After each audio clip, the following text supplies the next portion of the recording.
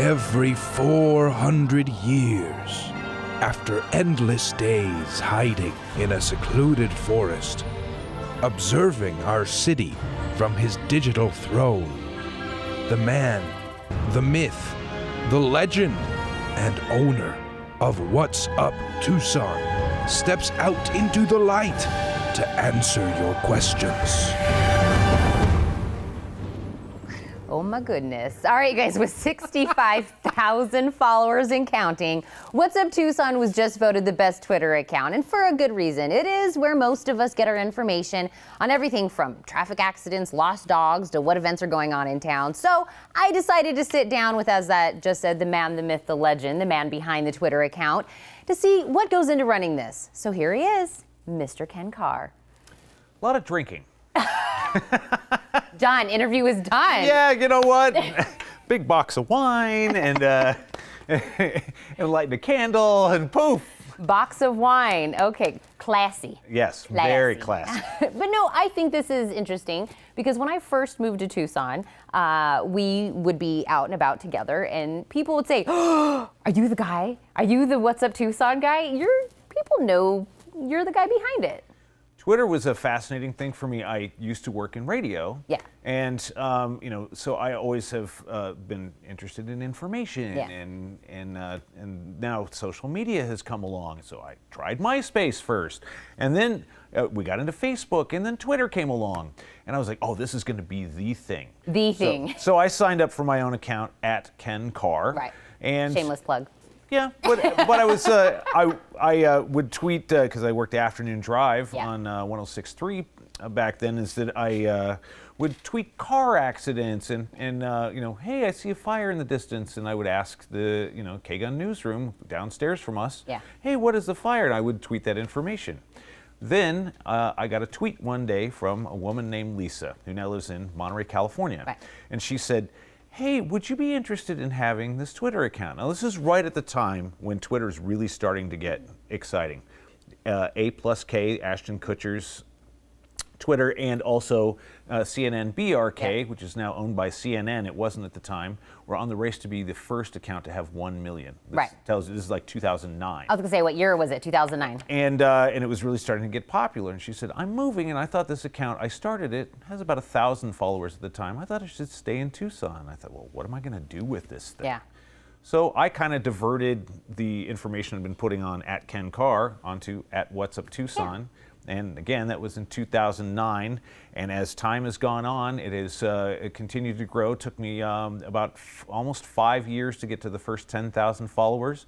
And it's grown between 10 and 12,000 a year since then. Up until last night, it just clicked over 66,000. You know, what's funny is every time you hit a milestone, your face lights up like it's Christmas. You're like, ah! Little halo up here, right? Now, I could sit here all day and come up with questions to ask you about this Twitter account, but I thought it was better to ask your actual Twitter followers what they wanted to know. So we got a list of them. Your Twitter followers are pretty funny.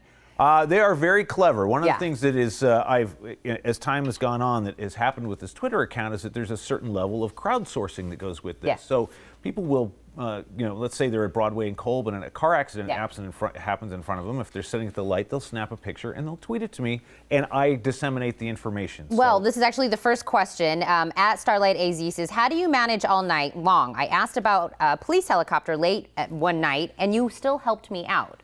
What's the answer to this? Well, the other part of the secret sauce here is that I work on this TV show. This is my main source of money. I don't make any money off this Twitter account. I do it as mostly a kind of a hobby and for fun. I mean, do you sleep is what she's asking? And so I end up doing work at home in the evening. So I have the police scanners on and kind of pay attention to that while I'm doing work for this show. And so I don't actually sleep a lot. I go to bed around 1 a.m. and I get up in the neighborhood of between 5 and 6 because there's a lot of work to do here. And in the process, I don't take it to the extreme. I'm not in the shower tweeting because my phone because I would think you would waterproof. But when I get out of the shower, it's a whole different story. I imagine one hand outside the shower while you're doing. That's right, with a plastic bag over it. Yeah, that's what I imagine. Let's go to the next one. Again, very creative, and actually, I'm surprised you have the answer to this. How much wood could a woodchuck chuck? If a woodchuck could chuck wood? Yes. I do know the answer to this. I learned this through a random set of circumstances, not because of the Twitter account, but the answer is 700 pounds. A paper was written at Cornell University, and somebody did the research on the average sized chuck that a woodchuck lives in, and approximately the amount of weight for putting wood in there would come up to be about 700 pounds. So next time you're at a party, maybe use that as a hey, I wonder how much that really is. Hey, I'll bet you I know. Boom. And then you get a free drink or something. Yeah, cha-ching. You get a free beer. Pick up a $20 bill. Well, and we make it rain. Yes. Now, the next question you actually kind of already answered, which was, do you have a job? Which is here. Yes. You're my boss. I'm the executive producer of this show. And I'd like to point out, by the way, that it was your idea for me to be on today. Yes. That's not necessarily required disclosure, but I didn't use my influence to get this done. And thank you very much for the idea. No, I mean, it's a lot you of fun. are okay doing shameless plugs, but I helped you along with this one. Well, and honestly, I've done a lot of different things in my 30-year career. This has been working on this show, and the fabulous people that are my coworkers, you and everybody who works behind the scenes and et cetera, are amazing to work with. But this has been the personal project of a lifetime. Working on this Twitter account, because I literally have put in time every day for the last 2009 to now. We're at 8 years and still rolling, getting it to where it's tens of thousands of tweets, and people really seem to like it, so I did something right. Well, and the next question kind of really is the hard-hitting question. Do you have a real job? Because I'm even wondering, do you have a real job? Are you doing real work? Well, have you ever woke up like at 6 o'clock in the morning and you hear the sound of a in the background and you realize the garbage truck is coming down the street? That's me. That's you. Thank you for picking up my trash this morning. Do I have a real job? Yes. I'm responsible. I manage this TV show, and I book all of the guests and a lot of other random tasks. And again, have the privilege of working with you. And you keep me fed, which makes me happy. You know what? I bring chips and cookies once in a while for Tina, which is my pleasure. It's smart. It's a smart man. I keep the receipts and turn them in. This one I actually don't know the answer to, so I'm curious what you're going to say. What are the craziest tweet requests you get? What percentage do you actually retweet? Retweeted is probably in the neighborhood of, I would say, 60-70%. Okay. Because a lot of the information is sent to me by people who are literally eyewitnesses to things. You can't be everywhere. The rest of it I either get sometimes thanks to the K-Gun News Department. I see those guys at the assignment desk all the time when I'm working here in the building. And I also kind of do the geeky thing. I think the emergency scanner is kind of fun entertainment. Yeah.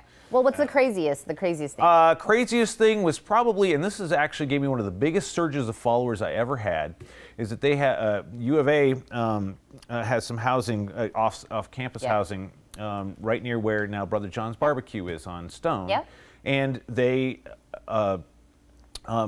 were having a big pool party, and apparently somebody had a gun they were walking around with, getting a little too fun at the party, and so police converged on it, and I live tweeted the whole event. This is years ago. Yes. It wasn't like last week. So that was probably It was years ago, but people got really fascinated with that. DUI checkpoints are very popular. Yeah. I get a big surge of followers every time I put those up. And one of the most recent things it's in probably the last couple of years is that a lot of people like to send me lost pets. Yes. You know, the doggy or kitty are missing. That's really found one, and I'm happy to help out. That's really nice of you to do that, to help with the pets that are lost. This one, is it easier to get a retweet if you're a good-looking girl? I am an equal opportunity offender. So whether you are pretty or unfortunately not so pretty, or you're tall or you're short or round or not round, whatever it is, as long as I think the content will be interesting to the people that follow this account, you'll get a retweet. I think that people want to know that magical thing, because I know a lot of people do the, hey, retweet me, and they want to know if there's a magic. It's just at your discretion what you think everybody wants to see. Drop a couple coins in my tip jar. You'll get all the retweets you want. Now, this next person, I don't know how to say their name. Alex, is it Steiniger?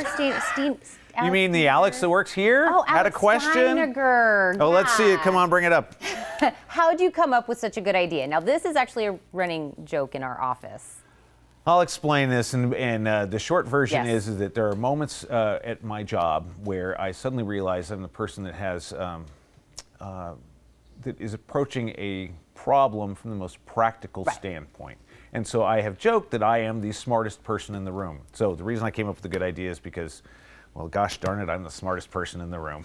Well, and I always say we can use that saying, as soon as you step out of the room, I'm in. That's where we go. That's right. You know, it's like a relay race. I hand you the baton. Give it to me. Yep. I take it from there. Cha-ching. Let's do one more right. before I let you go. What is the best local chain? Luke's, Lucky Wishbones, or EG's? You know what? That's like picking your favorite child. If you have 3 children, you love them all equally, and each of them serve different kinds of food. So, you know what? I'm a big EG's fan. I love the fries. I love, of course, the EG's drinks. Luke's has amazing cheeseburgers and the Italian beef. So you're not going to give me an answer? No. Oh. I love them all. They're all Tucson. Sorry, King829. He is not going to give you. He's going to give you the PC answer. Yeah. Well, this was it. We got a lot covered on What's Up Tucson. If you don't follow him now. Thank you, boss. You very much. Thank you, boss man. You can stay up to date on pretty much everything going on in town by following @What's Up Tucson on Twitter. You never know when Ken might actually retweet you.